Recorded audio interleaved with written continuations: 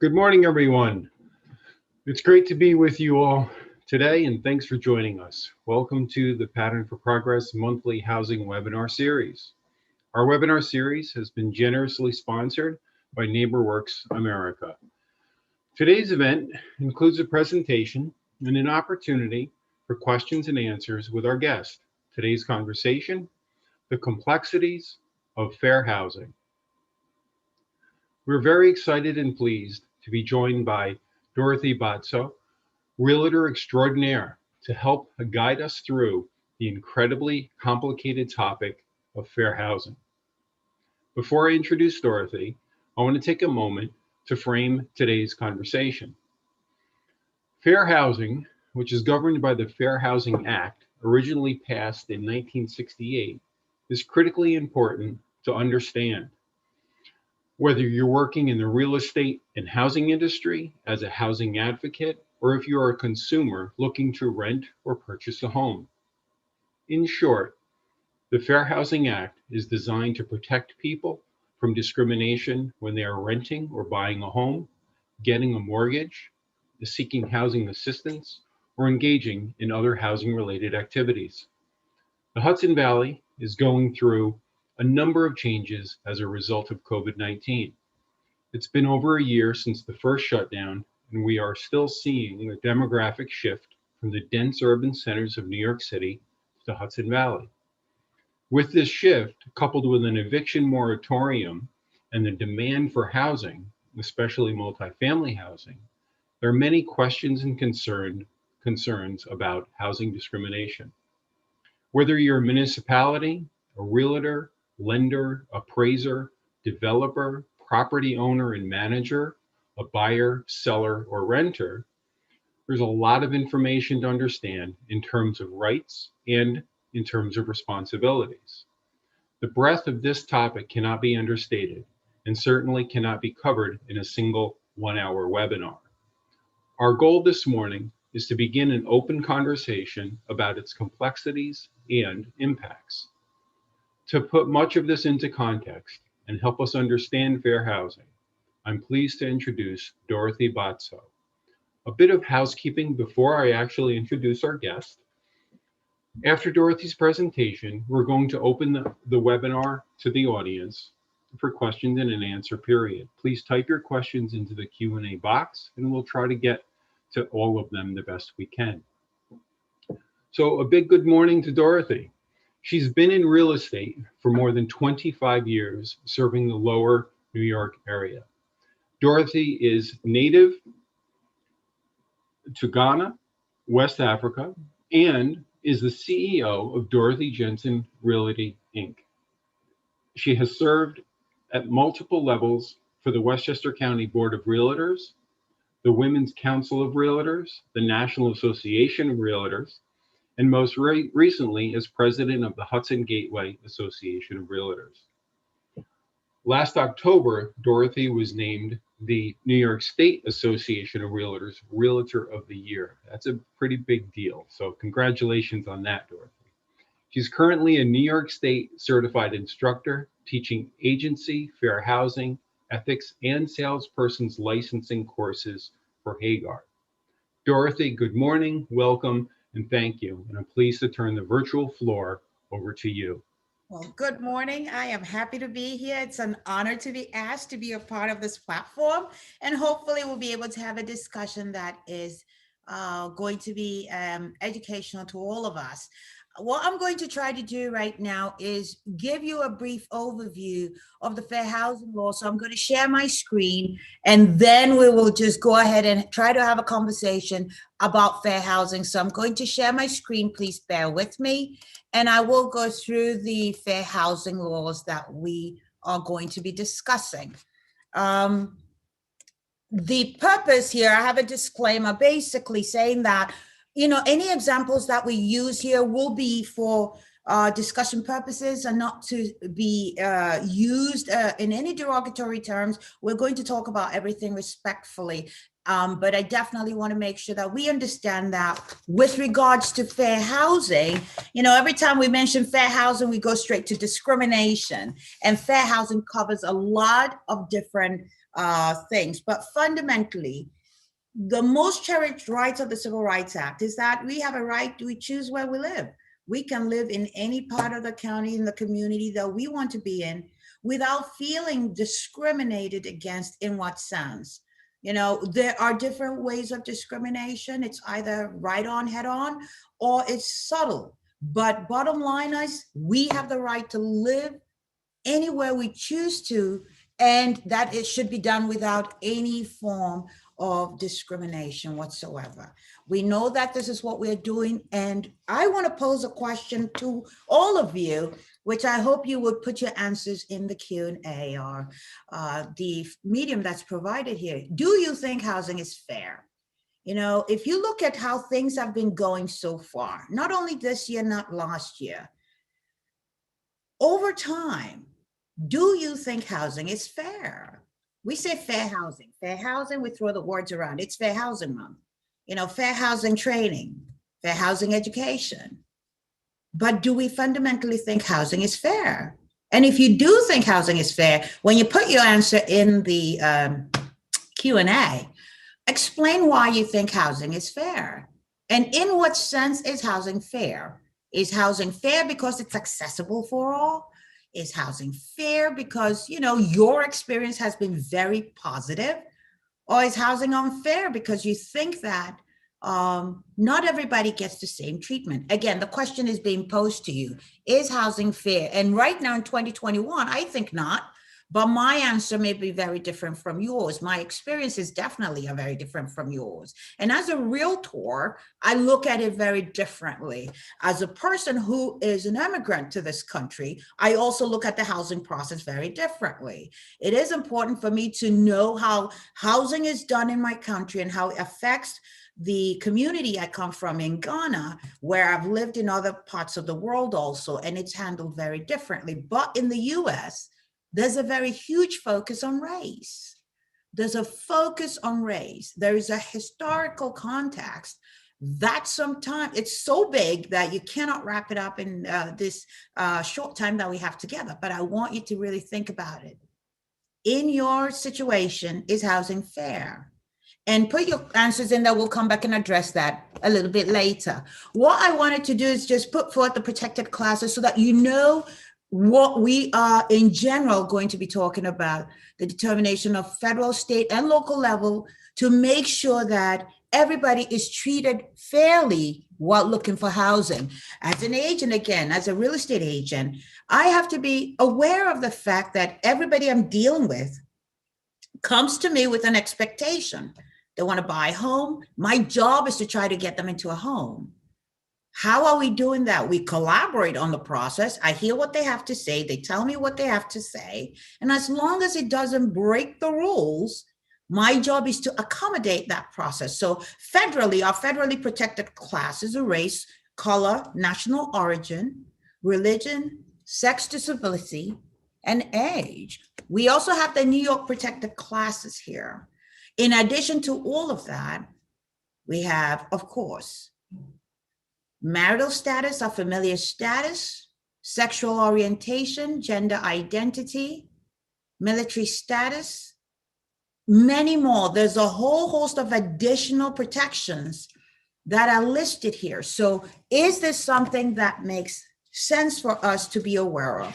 So our discussion will cover the basics of Civil Rights Act of 1866, which fundamentally the amendments came into play. And this act is based on racial discrimination, is to prohibit that. It's very easy to get upset and say I was discriminated based on my color. Now let's talk about that. It's very quick to go to, because I think when I say I was discriminated against because I'm Black, it stops the conversation. Most of us have nowhere, no direction in which to go in with regards to that statement. Why? Why does it have to be about race? Why can't it be because I'm young? Why can't it be because I'm, looking for something that's unattainable? Maybe my price range is too low. Why does it have to be about race? Anytime there's a discussion on race, the conversation stops. We have to be able to be aware of the feelings of that particular person. We have to try to understand why they feel it's about race and nothing else. But again, there's a history behind that that sometimes makes it very difficult for us to understand the feeling of somebody who feels discriminated against. Why do I feel discriminated against? And why does it have to be about color? Now, the Civil Rights Act of 64, when that was signed in, had to address, financing, federally financing housing, VA and FHA loans. Those came and are available for people to be able to use to purchase homes. The consumer has to know that they have options when they go to apply for financing. It doesn't always have to be a conventional loan. There are options available. And as a veteran, that's one of the rights. It's amazing how we have many military families out there. They have VA loans, but have difficulty using those certificates to purchase their homes.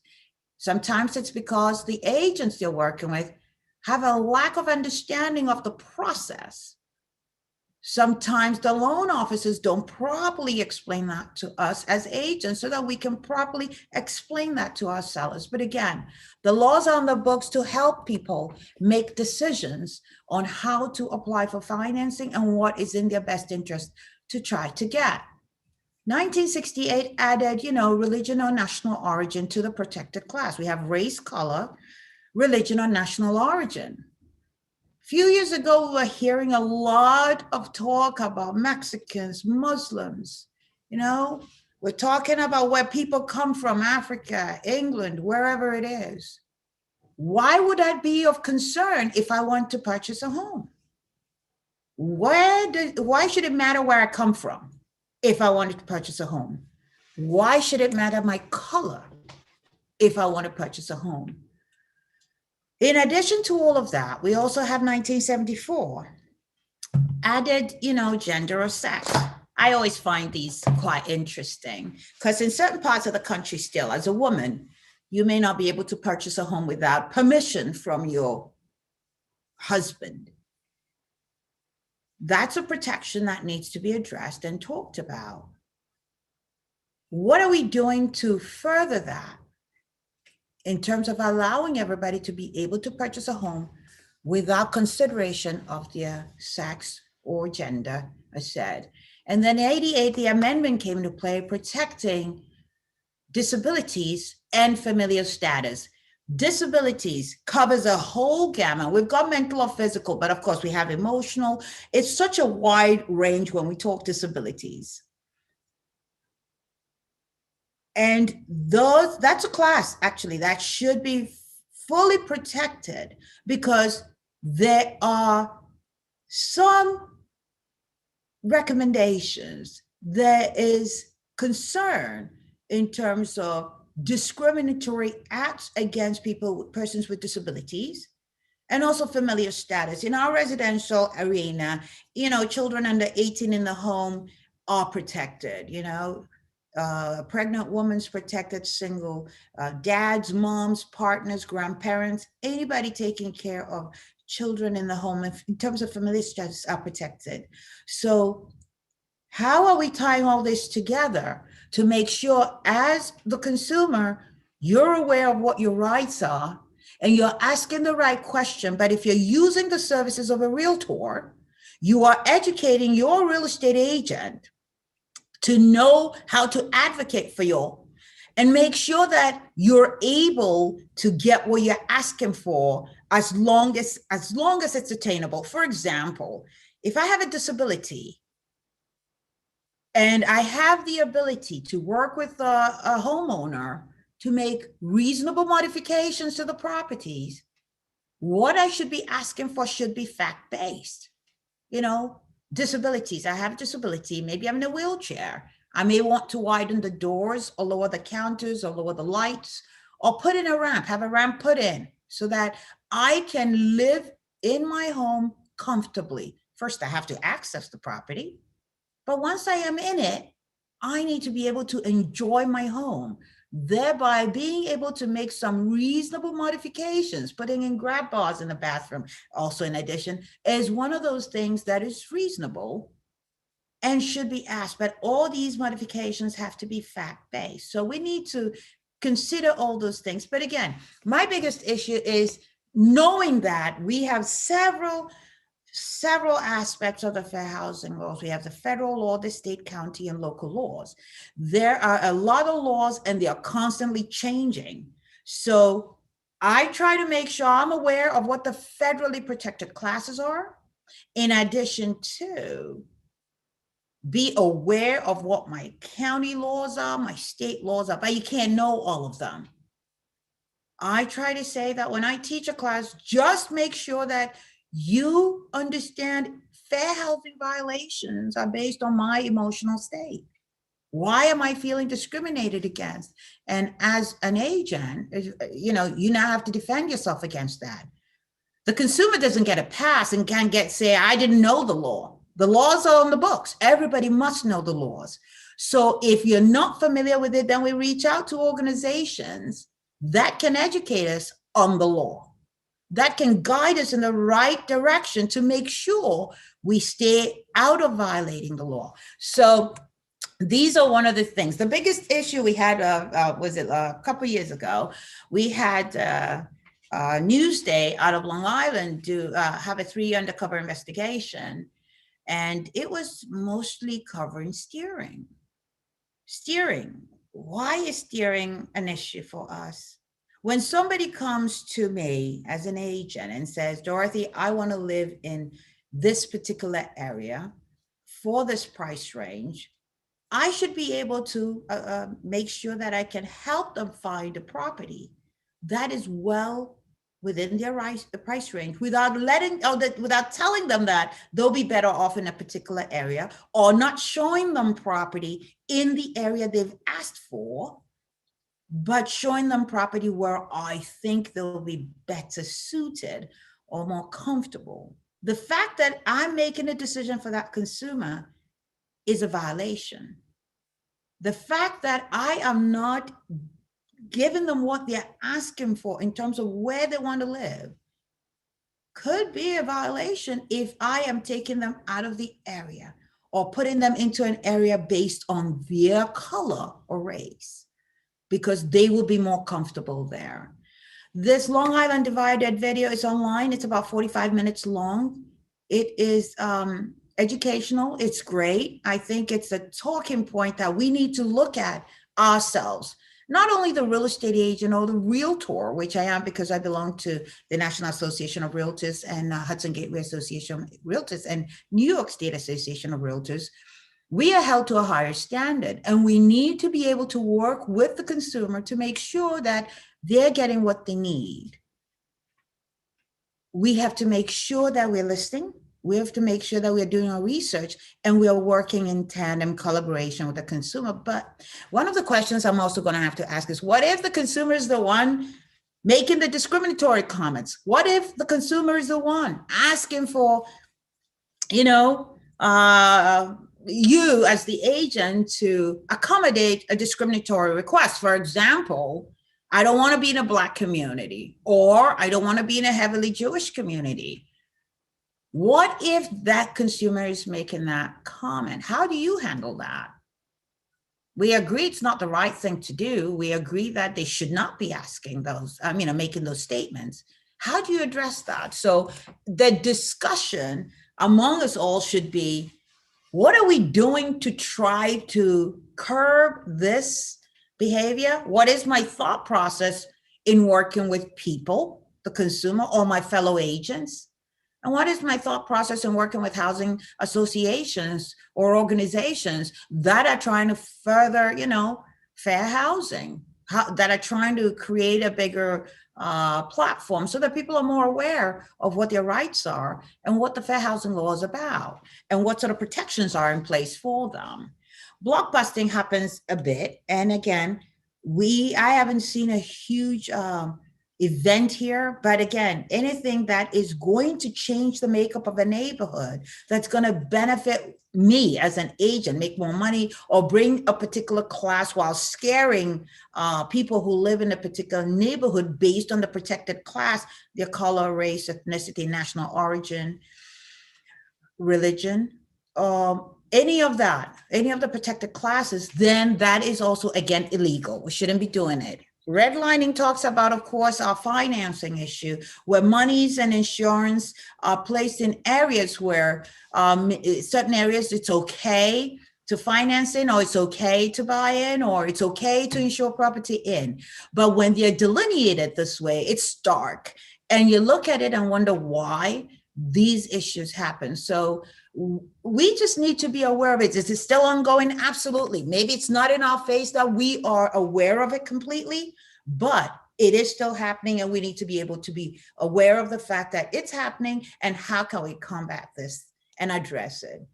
Fair housing is enforced in lots of different ways. Of course, we know our local housing organizations do follow up on that. Division of Human Rights follows up on that. HUD complaints, civil lawsuits. But we need to know who the players are so that we can go and get in touch with them, file a complaint, and try to follow through on that complaint, so that we can not only educate the public, but educate ourselves and make sure that when any form of discrimination occurs in housing, any form of discrimination occurs in the workplace, but we're talking housing now, it is addressed quickly, as quickly as possible and timely, because it is emotionally devastating to the person who feels discriminated against. You know, many years ago, I've been around 30 years or so, tried to buy a house in certain parts of New York and Connecticut. And, you know, not only did the agents not want me to see the property, I was blatantly told I couldn't purchase in those particular areas. Even though it happened about 30 years ago, every time I go into those particular communities and I drive by the property, it hurts. It hurts. And it's 30 years ago. So if I'm feeling this hurt about something that occurred a while back, when you do this, it affects communities, it affects people. People talk about it, they share with their family members and their friends, and it doesn't go away. It's very, very hurtful. So what I'm going to do now is just stop my share and come back and maybe have a discussion with Joe, if he has any questions that we can try to expand upon it. What I did was just give you a quick overview of our protected classes and the laws that are on the book. It's very huge. Again, this is an unwieldy subject for me because there's a lot to talk about. So, Joe, I'm all yours. Thanks, Dorothy. So we had a couple of people drop some questions and comments in the chat box and in the Q&A box. When you asked the question, is housing fair? Yeah. I would imagine you understand the answer. No one said yes, clearly. But there's a couple of interesting responses Okay. in terms of market condition. Yeah. In terms of, once you buy a home, there's issues maintaining and staying in. Someone had a wonderful comment about it takes a village to stay as a homeowner. Okay. And another person put in, it's very, very interesting. Some nationalities and cultures still prefer to live among people like them from the country of origin who speak the same language, worship the same way. Is that discrimination or preference? I think that it depends on the person. I would agree with it. It's a preference. I agree with that. But as a real estate agent, if I have to work with, I'm going to go with Joe for a minute. If Joe comes to me and says, I want to be within my community of, and I don't know what Joe's nationality is, so I'm going to make him black right now. And he is from Ghana, West Africa. He wants to be in a Ghanaian community because he has access to the food, he has access to the culture and the religion and whatever comes with that. Good for Joe. Good for Joe's request. And Joe now has to tell me where that community is. I cannot, as a real estate agent, go looking for that community to accommodate Joe's request. That would be a violation of the fair housing laws, because then, even though it's a reasonable request, it's not my job to find Joe that community. It's Joe's job to tell me where the community is, where the property is, and I'll be happy to do a search for him in that particular community. You can ask for everything you want. I'm just not going to look for it as an agent because it will be in violation of the law. It would be steering you to a particular community, even though you asked for it. So yeah, it's a trap that I'm not going to go into. So we have to have the discussion. Joe and I will be discussing it. And all I'll say to Joe is, Joe, tell me where you want to be. And if you're looking for a particular area, give me a zip code or whatever it is, and then we'll be able to look for that. But it's not my job as an agent to go find that for you. Going to the it takes a village comment, though, I'm quite curious about that. What do you mean it takes a village? Before you purchase your home, you should have done some homework as the potential buyer, as the person looking to get into home ownership. I always recommend, because I also teach first-time home buyer courses, I recommend you take a course online. A lot of the housing organizations offer those things online. It's about 4 hours. It's a little intensive, and some have 8-week sessions, home buyer counseling sessions, so that when you purchase a home, you do not lose it. You would have had some education on budgeting and financing and making sure that whatever you're purchasing is within your price range. If you come to me and you're qualified for $250 in this market, it's a tough sale. But it doesn't mean that you cannot continue to save, you cannot continue to do some research, and you cannot continue to search for properties that may eventually come. So you need to be a part of the process by proactively studying to make sure that when you finally buy that home, you stay in that home for the length of time you want to be in it. Sure. And Dorothy, in the Mid-Hudson region, we've got a couple of wonderful agencies, Rupco out of Kingston, we've got Hudson River Housing out of Poughkeepsie, and they do offer these classes. And so there was another question that you and I actually discussed a few weeks back, and you educated me immediately on my question in terms of religious groups that only have housing for their own group. And if I were to walk into that municipality and say I would like to live here, I can't. Yeah. So can you describe a little bit about, and I guess that falls into the protected classes. It's a question on a lot of people's minds, and it's a conversation that's very difficult to have, and I think having it is important. I agree with you. And it is one of these questions that's loaded. And as passionate as I get about fair housing and the protected class, and religion is protected in there, I think what we want to be very frank about talking about is the Jewish communities that are coming up in Orange or have been established in Orange and Rockland. And there sometimes you have very heated debate as to whether or not they're open and welcoming or it's closed. And most of those communities are closed. The community around, for example, it was a Curious Jewel, for example, which is up and coming and lots going on. The community around that particular development of community within the community, let's call that, is self-sustaining. So as somebody who lives outside that Jewish community, again, the question becomes, am I being left out? And is that discriminatory? Or they have the right to do whatever they choose based on their religious protection? My question that I had asked Joe at some point was, well, what if I'm Black and I want to build a Black community? Am I okay doing that? Or will that be exclusionary and discriminatory to everybody else?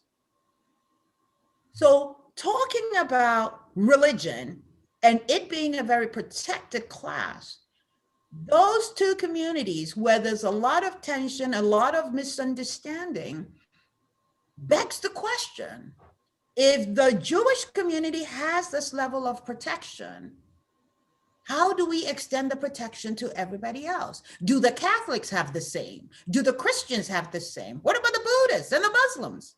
Can we all build our separate communities?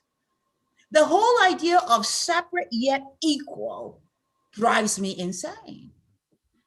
There is no way that I can think that that Jewish community being separate is equal to all of us. So let's go back into our fair housing thought process here. We all want to be together. When we speak to everybody or some people who may be open-minded about that, they say, well, we're all the same. Our blood runs red. We just look different on the outside. But we make accommodations when it comes to religion. We make accommodations when it comes to race, color. National origin, not so much. Religion is a hot potato and color is a hot one too, because my faith is non-negotiable. So again, I beg the question, somebody put an answer in the Q&A for me. If the Jewish community has this religious exemption and protection so that they can build homes to accommodate only people of their faith, as a Catholic, can I do the same? As a Christian, can I do the same? As a Buddhist, can I do the same? Or a Muslim, or whatever religion I am, can I do the same? And will that be acceptable today? Because we're trying to come together here. We have a whole mess going on outside. We're trying to come together. Do you think it's fair? Put your answer in the Q&A. There's another very interesting question that pops up.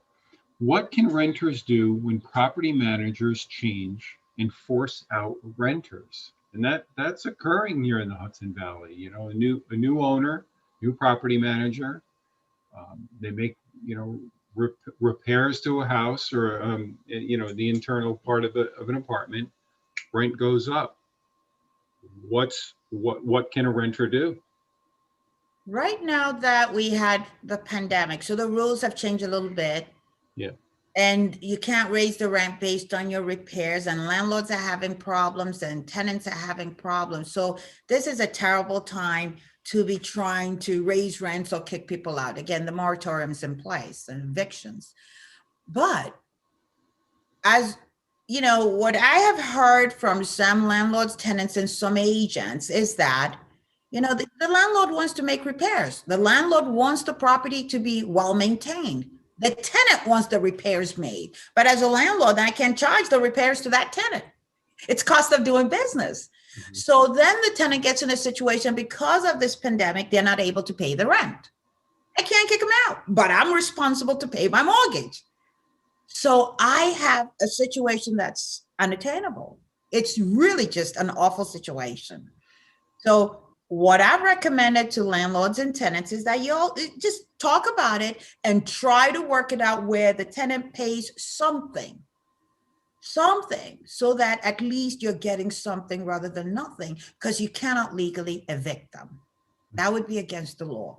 You still have to maintain the property, but if I'm maintaining the property as a landlord and I'm getting no return, why am I maintaining the property to the best of my ability? Because I don't have the money to maintain it because you're not paying your rent. Catch-22. So I believe there has to be a lot of communication. There's got to be dialogue, but more importantly, we have to know what the rules are. We can't have a tenant taking advantage of a landlord because of the laws or the suggestions or the hold of the moratorium on evictions that are out there. At the same time, a landlord is suffering because they're not getting the money they need to maintain their property and pay their mortgage. So the dialogue, communications, they have to have the conversations. And I think once we have conversations, we have some clarity and we can make things work. Again, pay something, except, don't do anything. It's not a good thing. You got to pay something. Sure. Dorothy, I've heard some stories about fair housing in terms of appraised value itself.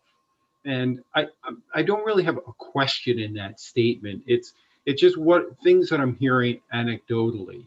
Could you try to give a little more concrete answer to my non-question about this? Because it's very confusing I've spoken to several appraisers, and we do have a meeting coming up in 3 weeks. I think it's on the 23rd with 2 appraisers who are going to talk about this. My questions that I had asked them in order for them to just address this was, do you think there is discrimination in appraisals? Their immediate answers were, I don't discriminate. I said, that wasn't the question. I said, do you think there is discrimination in appraising property? Because about 2 months ago, there was an expose on TV, and then I've also been in touch with other articles that have been written. I've read up on them and in touch with other people who've said, when their property is being appraised, and it was 2 different sessions. There was a mixed race couple, white and black. The first appraisal was done. The black woman was home. She's a professional. She was an attorney. The house appraised for about $350,000. Then they got a second appraisal from somebody else, and the husband was home, and he was white, and he appraised for about $475,000. So what the disparity? That was huge. Wow. And they felt that because she was home, the value was appraised for less. So my question to the appraisers was, why would that happen if we are using property similar to the subject being appraised? Both answered, well, it's an opinion of value. And I said, your opinion cannot be that vast. No. That's ridiculous. And so if I am that homeowner and my partner and I discuss this disparity in value, I'm going to say, well, it's because I'm black and I was home. And then when you were home, and whether or not that has a foundation is up to whoever wants to look at it. Mm. But if the appraisal process is an opinion of value, who am I holding accountable for this huge difference? And I don't think they could give me an answer. But the bottom line is, I don't discriminate. And I thought that was funny because that wasn't the question. But what I also said to them was, in certain communities, in certain zip codes, you go in as an appraiser. Hopefully you've done your homework with the mindset as to what the value should may be coming at, and you have a range. Now you have to support that. If there's nothing in the marketplace to support those values, what do? Well, you go outside the area, but you make adjustments. And I said, I understand that. But again, I come back to this vast difference because the perception is it's because I'm black. And the house did not appraise, but it appraised when my partner was home because that partner is white. Mm-hmm. That's a perception that needs to be addressed. And maybe it's all about educating the public as to the process that goes into getting an appraised value and not making a judgment call that it's because of your color that you didn't get what the property was worth. In this case, it was a big deal. I mean, I think it was on TV also. And it was really interesting to watch that this is now becoming a very big thing. It was also an article in the paper about Detroit where a gentleman was trying to buy homes to make some renovations to, just get the neighborhood back, and could not get financing for anything in that area. More importantly, could not even get the properties to appraise. So it was front page news for a while, and that was about 2 to 3 months ago. So that's something we're going to talk about, but that's a hard one because it's an opinion of value of the person who's looking at the house as an appraiser, and they should hopefully be doing their job. One of the other things I had asked them as an agent was, are they allowed to talk to the real estate agents who are maybe involved in that transaction if it's a transaction? Can they talk to the real estate agents about the comparable properties in the area, how we came up with our value for the property, or whether or not that sales price is going to be one that's going to be comparable to what's going on in the area? And one said, oh, I'm fine taking information from real estate agents. The other one said, nope, can't talk to them. So again, the different mindsets, what's going on, and we need to have some sort of a level playing field so that the communication can be understood by all. Sure. Another issue that I've heard come up is access to credit, equal access to credit in mortgages. Some banks are underwriting loans differently based on who you are. And the argument back always feels as though, well, it's based on income. Not all the time. So how does fair housing and specifically the lending institutions, how does that gel? How does that come together? Fair lending is what I would call Okay. that, because the loan officer that you're working with should be able to take some information about you in order to move the process along. What I have, I just was trying to do a refinance and they were asking for my color, race, and the whole bit. And I just refused to give the answer. Then I thought about it. And I said, if they're going to go ahead and look at the records or try to audit this particular bank and see whether or not they've made loans to Blacks or Latinos or Hispanics or Asians, that helps them, identify the group that they're making loans to. But then what's the purpose? Mhm. Is it to say that, oh, we're not making enough loans to Blacks in this particular area, so now we're going to just focus and give money to a particular zip code? So we want people to buy there and we want to put a lot of money into that. Is that the right thing to do? I don't know. What about we are going to just give loans based on your income, your ability to afford it, and your credit score, if that's what you're using? But it has to be consistent for all. Mhm. If I go in and you give me an interest rate and the going interest rate is, let's say, 3%, Joe gets 3% and I get 3.1. Why? We have the same credit, income, we have the same everything. Why can't I get the same 3% Joe got? So then maybe he checked off he's white and I checked off I'm Black. So why do I have to be penalized based on color? Is that a fair lending practice? Or is it because we are buying in separate areas? I don't know.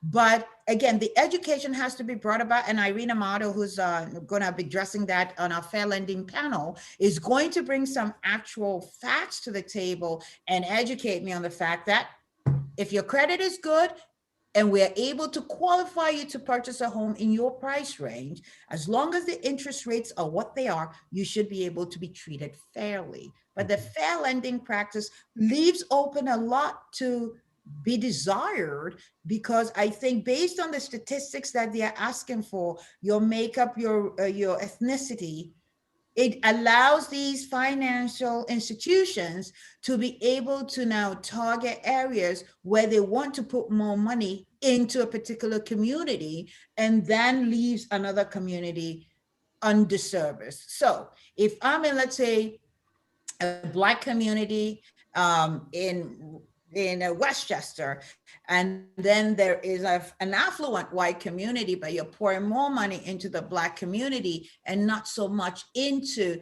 the white community, are you treating the communities fairly? And what's the thought process behind that? Why would you feel? And don't tell me that it's because we're underprivileged, or we need more money in a Black community. No, I think it's possible to be educated and be able to make an informed decision. But again, what's the thought process behind these financial institutions and some of the decisions they make?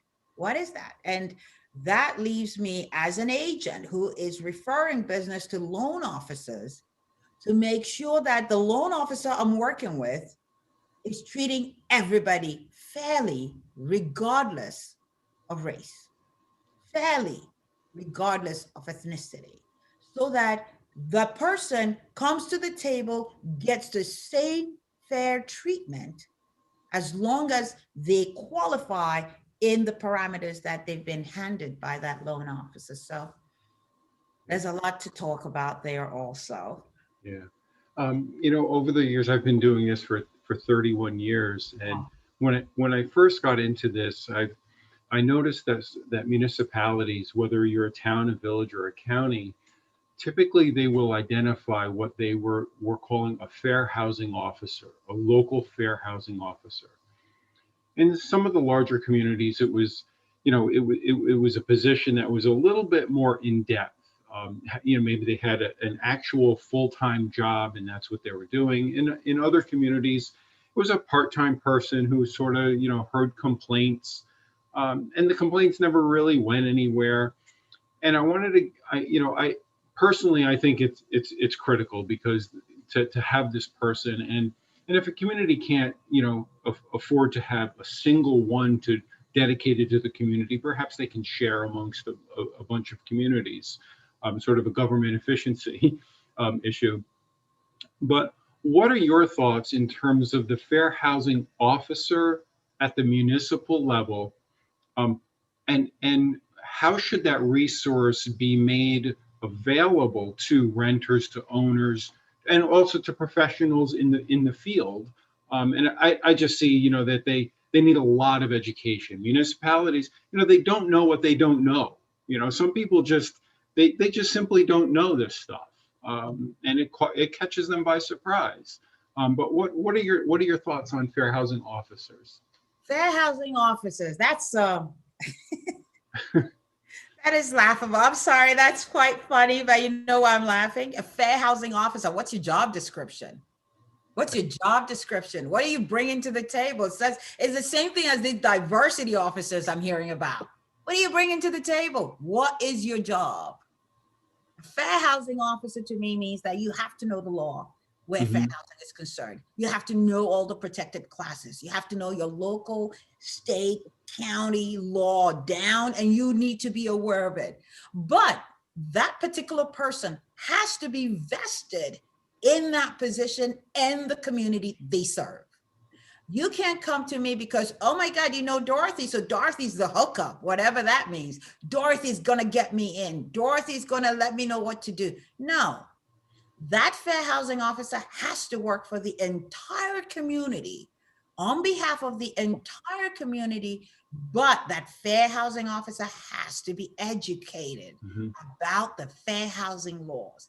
Giving somebody a title sounds good. Hmm. They may be dumber than a brick, but it sounds good. So I can go around, I'm the fair housing officer. No, no, no. What is your job description? Your job description is to make sure that the people in that community, if it's a rental community, understand the law, know the law, are following the law, and the landlords and landladies are doing their best to make sure they're in compliance. Their housing officer should be able to have meetings to educate the community about what's going on and what the changes are in the law. The fair housing officer should also be able to educate the leadership that hired that person for that position about what their job is and how they need support from the powers that be who hired them for that position in order to be successful. So there has to be a lot of education. And I believe in the fair housing officer role, it's all about education. Because if you really educate the masses, we will be more aware of the process so that we can go through and get the job done right. Hmm. So as a fair housing officer, I would not be the only one carrying the burden of constantly being the mediator or the problem solver. Or it means that my job is to go out there, educate the people that I'm supposed to be serving, whether it's by town hall, meetings, flyers, whatever it is, so that they're educated as to what my role is. And there are no expectations that are beyond the bounds. So you can't say, well, because I'm Black, I'm there to support only the Black people. No, I'm not there for that. I'm there to support the whole. And if you have an issue, my job then is to say, listen, Joe, we're going to look at this law and see how this applies to your situation. But why don't we make a phone call and see if we can settle this and work through this before we escalate? Because escalation generally does not get you anything except some lawsuits and very angry people. And we don't want that. We want it to be reasonably addressed so that we have to go through the process. But the fair housing officer, again, cannot just be a title, need to have a title with some meat on it and somebody who knows the job, understands the job, and knows they're there to work for the whole. In this current climate where we have a lot of Black and brown statements floating out there, my concern becomes what happens to the white people and the Asians, and what happens to everybody else? Are you getting fairly treated? Are your concerns being addressed fairly? Or are you in a position to say, well, Dorothy, I really don't know how to do anything about that because I'm not in your shoes. I think that's a cop out. Your Mhm. job as a white person or any other ethnicity is to educate yourself and not patronize me and say, well, I really don't understand that issues, but I am going to be supportive. That's a no. And I think it diminishes the person in that role if they do not understand where their power is and how they can educate the community they're serving. So Sure. we don't want a title. We want a job description to go with the title and Right. deliver. It can't just be a box on a form that you check says, yeah, we have one. Yeah. It's being covered. Yes, no, you're not going to put that in your core values or core report. Well, oh, check the box. We've got one of those. No, Right. no. And it seems to me that the fair housing officer's role should play a part in the decision-making process when developers go into a community and they want to build rental housing, they want to build home ownership, first-time home buyer developments where they're not 5,000 square foot McMansions on 5 acre lots, single family zoning only. You understand the picture I'm painting here, Yeah. because again, it's in education. It's so important to educate your town board, your village board, Yes. your city councils, the ones that are making these decisions. And I think that that could be the role of a fair housing officer. It needs to be funded, and it needs to be a person that's there and listening. I agree. I completely agree. And the zoning board, the city councils, all the municipal offices need to be educated and that role needs to be funded. But again, I think when the developers come in and they're presenting their plans, one of the suggestions I'll give a developer right now is get a fair housing advocate on your panel. Mm-hmm. Before you bring your plans forth to the board or the municipality to say, this is what I would hope to be able to build in this community. And I have included in that, apart from all the engineers and the architects, you have a fair housing officer on your staff who says, well, you know what? If we're going to build in this community, in order to be inclusive, we might want to do X, Y, and Z. Get another opinion so that when you show up at that planning board, you have a complete picture. You're going to get some pushback, but hopefully you will have answers to say, listen, we already addressed that and we addressed this by X, Y, Z. It's not by saying that we're going to allocate 10% of the units to be low income housing. That's silly. That's silly. You have to be able to say that the community is going to be inclusive. It's not only going to be residents of this particular area, it's going to be open to all based on income and whatever the qualification criteria is, has to be open for all. Otherwise, you're exclusionary in your practice if it's only for that community. That's Sure. unfair. Sure. 2 months ago, Dorothy, we had our webinar series was on the moratorium of evictions. Yeah. And so as that comes to an end soon, and understanding that thankfully there are a lot of federal and state funds now that will hopefully come down the line to help both tenants and landlords deal with back rents. But I still get a gut feeling that there will be some evictions coming. Oh, yes. And I think that the municipalities need to strategize now and get something in place to deal with what is going to happen. And I don't want to see them get behind the ball, because who in fact will be hurt the most are the tenants. And with that demographic push from the city, now there seems to be the potential of replacement tenants. So now the tenant is getting kicked out. Vacancy rates are really low. Where are these folks going to go? Where are they going to go? And that's, so we're stopping the building of the inventory. We're seeing a demographic shift. We're seeing evictions. It can get ugly very, very quickly. I, So, I I, agree with that. I agree with that. And homelessness is going to be another situation that we're going to have to deal with because with the way housing, due to lack of inventory, is not affordable at all. It's not affordable. So if you're in an area or you're in a home where you may be struggling a little bit and the landlord is just having a difficulty paying their rent, so maybe they make you an offer that you get out. Maybe they give you some money to vacate. I think before anybody accepts that money to vacate, they should have a place to go to.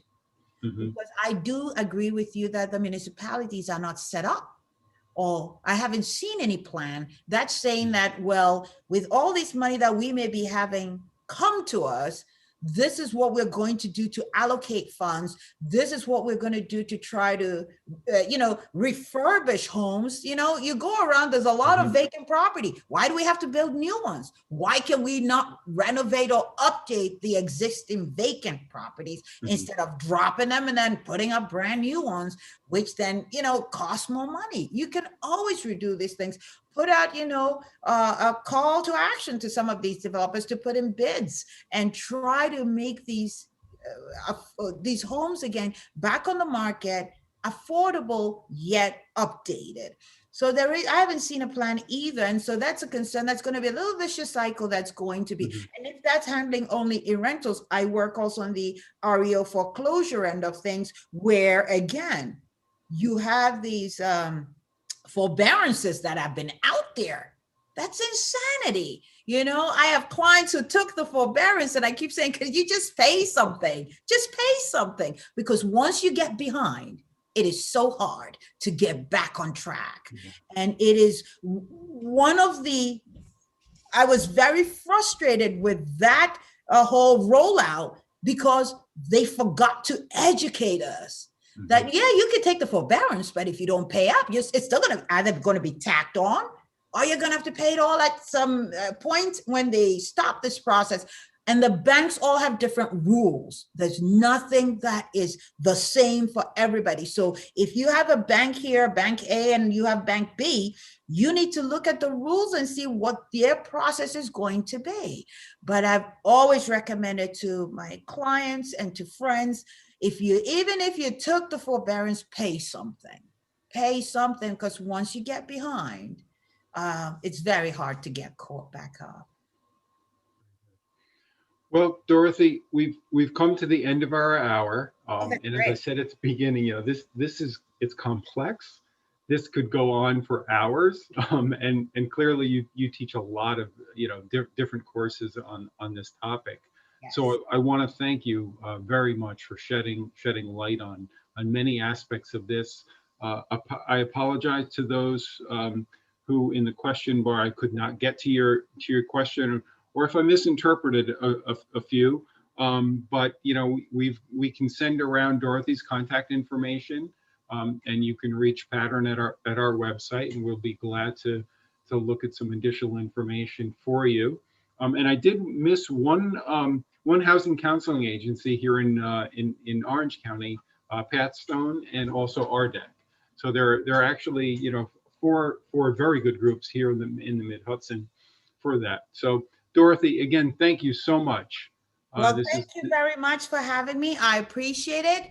And I think that I just have to make a quick note on Mhm. it takes a village. That can be taken differently by different people. It's not the same for everyone. Diversity means different things to different people. So it takes a village can mean one thing to one person and Right. something else to me. My expectation of that response is that whatever it means to you, as long as it's a positive, and it's moving forward and helping somebody accommodate and accomplish their dream of home ownership, then you've done your job and your village is intact. My village is very different, but it's the same goal. I thank you, and I thank you for your attention here. Thank you, Dorothy. And in My pleasure. closing, I do want to thank our sponsors, and I'm gonna list them because they're very important to Pattern for Progress.